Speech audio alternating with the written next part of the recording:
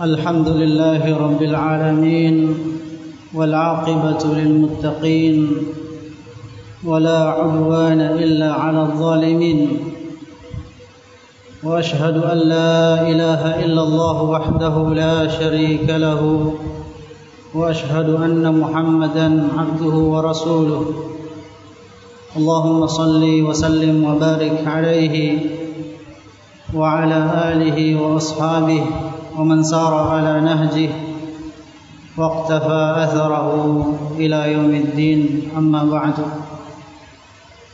ويا أيها الجمع الكريم أوصيكم بوصية الأولين والآخرين فاتقوا الله حق التقوى فقد فاز المتقون. Ma'syaral muslimin, sidang jamaah Jumat, a'azzakumullahu ta'ala ajma'in. Min asma'illahi al-husna, di antara nama-nama Allah yang mulia yang biasa kita jumpai di dalam Al-Qur'anul Karim adalah Al-Latif. Al-Latif seperti dalam firman Allah Subhanahu wa taala yang terdapat di dalam surah Asy-Syura ayat 19. Allah berfirman, "Wallahu latifun bi'ibadihi." Dan Allah maha lembut terhadap hamba-hambanya. Al-Latif, jamaah rahimakumullah, mengandung sifat Allah yang mulia, yakni al-lutf, kelembutan. Dan makna ini sangat dalam. Ibnu Qayyim rahimahullahu ta'ala ketika menjelaskan nama Allah Al-Latif, beliau mengatakan nama ini mengandung dua makna. Al-Latif, maha lembut, memiliki dua makna. Makna yang pertama, kalau kita mengatakan Allahu latifun bi'ibadi, Allah maha lembut terhadap hamba-hambanya. Artinya apa? Allahu ya'lamu khafaya umurihim. Allah mengetahui semua urusan hambanya, sampai yang paling tersembunyi Allah ketahui, yang paling rahasia Allah tahu. Itu makna latif. Maka tidak ada perbuatan yang dilakukan oleh seorang hamba kecuali Allah tahu dan Allah mampu menghadirkan kembali, memperlihatkan kepada yang melakukan perbuatan tersebut. Faman ya'mal mithqala dzarrah, siapa yang melakukan sebesar dzarrah, sekecil dzarrah, khairan, satu kebaikan, yarahu, dia akan melihatnya. Wa man ya'mal mithqala dzarrah, siapa yang melakukan sekecil dzarrah, syarran, satu keburukan, yarah, pasti akan melihatnya. Ini makna yang pertama. Makna yang kedua, jamaah rahimakumullah, Allahu yudabbiru umura waliyihi min haitsu la yahtasib. Allah mengatur urusan hambanya yang dicintai,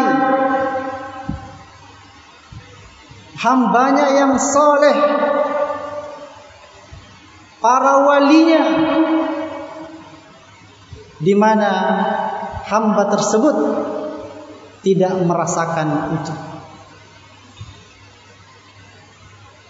Min haitsu la yash'ur, min haitsu la yahtasib, min haitsu la ya'lam. Hamba tersebut tidak pernah menduga bahwa hasilnya seperti ini. Itulah lutfullah, kelembutan Allah terhadap hambanya yang dicintai. Nabi Yusuf alaihi salam adalah satu contoh yang paling baik untuk selalu kita ulang-ulang. Nabi Yusuf alaihi salam ketika beliau menginjak masa remaja, yang seharusnya masa ini dipenuhi dengan kebahagiaan, keceriaan, bersama keluarga, bersama saudara-saudara. Namun apa yang terjadi jamaah rahimakumullah? Nabi Yusuf dibenci oleh saudara-saudaranya sampai mereka sepakat untuk menghilangkan Yusuf alaihi salam dalam hidup mereka. Tidak ada gunanya hidup orang ini, pengacau dan seterusnya. Kita singkirkan saja. Di antara saudaranya ada yang mengatakan uqtuluhu, bunuh saja. Namun saran yang kedua yang disepakati pada akhirnya yaitu alquhu fi ghayabatil jub. Campakkan dia, masukkan dia di dalam kegelapan sumur, di dasar sumur. Maka mereka membawa Yusuf alaihissalam ke padang pasir. Di sana dimasukkan Yusuf alaihissalam yang masih lugu itu, yang belum tahu apa-apa, dimasukkan dalam kegelapan sumur jamaah rahimakumullah. Yang itu artinya hanya ada dua kemungkinan. Yusuf mati di dalam sumur atau nanti dipungut oleh kafilah yang kebetulan lewat di sumur itu. Allah takdirkan jamaah rahimakumullah, Yusuf didapati oleh satu kafilah yang sedang berangkat ke Mesir. Lalu kemudian Yusuf dijual layaknya seperti budak dengan harga yang sangat murah, bisamanin bahsin, kepada Azizu Misr, penguasa Mesir. Tidak sampai di situ kehidupan yang menyedihkan jamaah rahimakumullah. Yusuf alaihi salam tidak bahagia di dalam istana. Di dalam istana mendapatkan lagi kehidupan yang sangat sempit, yang sangat menyedihkan, lebih menyedihkan daripada sebelumnya. Nabi Yusuf difitnah, mau memperkosa istri raja, istri Aziz, yang pada akhirnya Yusuf harus masuk ke dalam penjara. Wa ma adraka, penjara. Apa itu penjara jamaah rahimakumullah? Adakah kebahagiaan di situ atau kesengsaraan? Bagi Nabi Yusuf alaihi salam, ahabbu ilayya, penjara lebih baik bagi saya. Kenapa? Karena Yusuf alaihi salam beriman bahwa Allah latifun bihi, Allah maha lembut terhadap dia. Semua ini adalah pengaturan Allah yang berakhir dengan senyum, dan itu terbukti jamaah rahimakumullah. Ternyata semua kesengsaraan ini, berderet-deret kesedihan ini membuahkan senyum yang menjadikan Nabi Yusuf hanya bisa berkata, qad ahsana bi, Tuhanku telah berbuat baik kepadaku. Luar biasa jamaah rahimakumullah. Sekian tahun Nabi Yusuf yang hidup dalam keadaan seperti itu, lupa semuanya itu dilupakan jamaah rahimakumullah. Pada akhirnya beliau tersenyum dan mengatakan, qad ahsana bi, Allah telah berbuat baik kepadaku. Kenapa? Karena inna rabbi latifun lima yasha, Allah maha lembut terhadap hambanya yang diinginkan. Itulah lutfullah subhanahu wa ta'ala kepada hambanya yang dicintainya. Aqulu qawli hadha wa astaghfirullah li wa lakum wa lisairil muslimina min kulli dhanb fastaghfiruhu innahu huwal ghafurur rahim. Alhamdulillahi rabbil alamin, wassalatu wassalamu ala nabiyil karim sayyidina al-mustafa wa habibina al-mujtaba Muhammadin wa alihi wa sahbihi wa man iqtada. Masyarul muslimin jamaah Jumat rahimakumullah. Kalau Anda menjaga diri, menjaga Allah, menjaga agama Allah, menjaga syariat Allah, maka Anda harus punya prinsip bahwa hidup Anda sedang diatur oleh Allah, seperti prinsip para nabi dan rasul. Apapun yang terjadi pada hari ini pada diri Anda, itu adalah tadbirullah untuk sampai pada satu hikmah yang sangat mulia.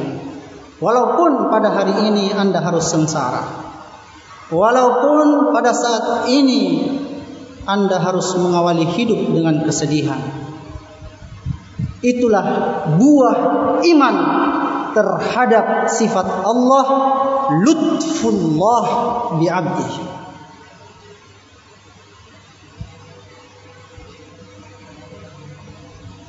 Mungkin kita jamaah rahimakumullah tidak akan diuji seperti Nabi Yusuf alaihi salam dengan kesedihan yang berkepanjangan. Kita tidak akan diuji seperti Ummu Musa alaihi salam, ibu Nabi Musa alaihi salam yang harus membuang anaknya di sungai Nil. Kita tidak akan diuji seperti ujian kepada Nabi Ibrahim alaihi salam yang harus dibakar,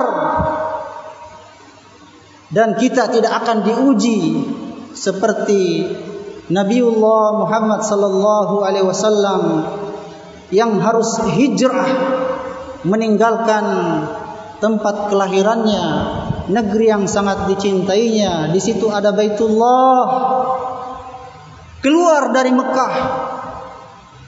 Satu ujian yang sangat berat.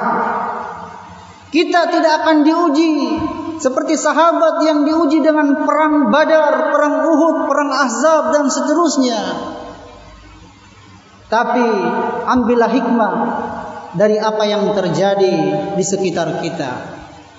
Seorang akhwat jamaah rahimakumullah, seorang muslimah yang menjaga iffahnya, kesuciannya, yang menjaga nama baik keluarganya, menjaga agamanya, menjaga syariat Allah yang diturunkan kepadanya, rela kehilangan hadiah, rela tidak mengikuti perlombaan. Momen untuk mendapatkan hadiah yang sangat besar itu rela ditinggalkan.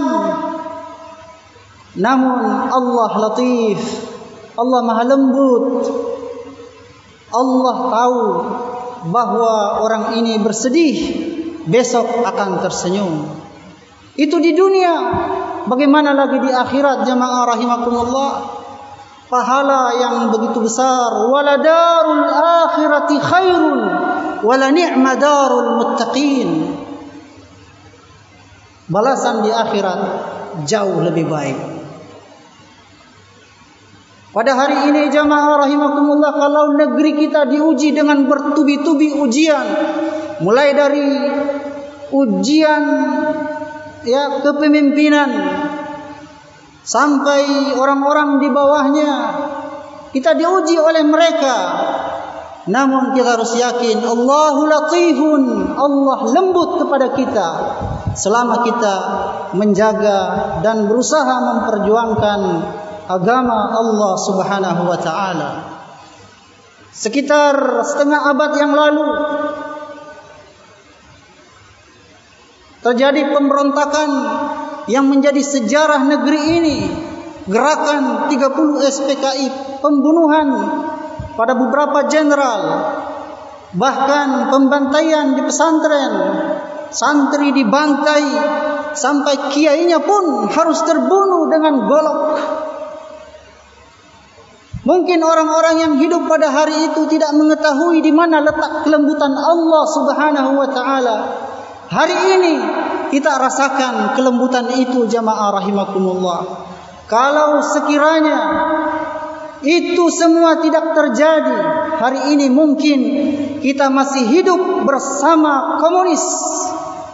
Dan mungkin mereka kita berikan kekuatan dan senjata yang pada hari ini jamaah rahimakumullah alat untuk membunuh lebih canggih. Mungkin mereka tidak membunuh kaum muslimin pada hari ini dengan golok dan senapan, tapi menghabisi satu pulau, bahkan satu negeri dihancurkan. Itulah kelembutan Allah Subhanahu wa ta'ala. Wallahu latifun bi'ibadi. Kita harus yakin selalu bahwa semua langkah kita dimanage dan diatur oleh Allah Subhanahu wa taala untuk sampai kepada satu puncak kebahagiaan, satu puncak kemuliaan. Itulah tangga-tangga yang mungkin terjal, tapi sesungguhnya di sana ada kebahagiaan yang menanti kita. Pada akhirnya kita berselawat kepada Nabiullah sallallahu alaihi wasallam, nabiyyu akhiri hadhihi al-ummah. Allahumma salli wa sallim wa barik kama sallaita wa barakta ala Ibrahim. Allahumma salli wa sallim wa barik ala Muhammadin kama sallaita wa barakta ala Ibrahim wa ali Ibrahim innaka Hamidum Majid. اللهم أعز الإسلام والمسلمين وذل الكفر والمشركين وادخلنا برحمتك في عبادك الصالحين. اللهم ارزقنا الإيمان بلطفك يا لطيف. اللهم ارزقنا الإيمان برحمتك يا رحيم يا رحمن. اللهم ارزقنا الإيمان بحكمتك يا حكيم يا مجيب الدعوات. ربنا آتنا في الدنيا حسنة وفي الآخرة حسنة وقنا عذاب النار. وآخر دعوانا أن الحمد لله رب العالمين وأقم الصلاة.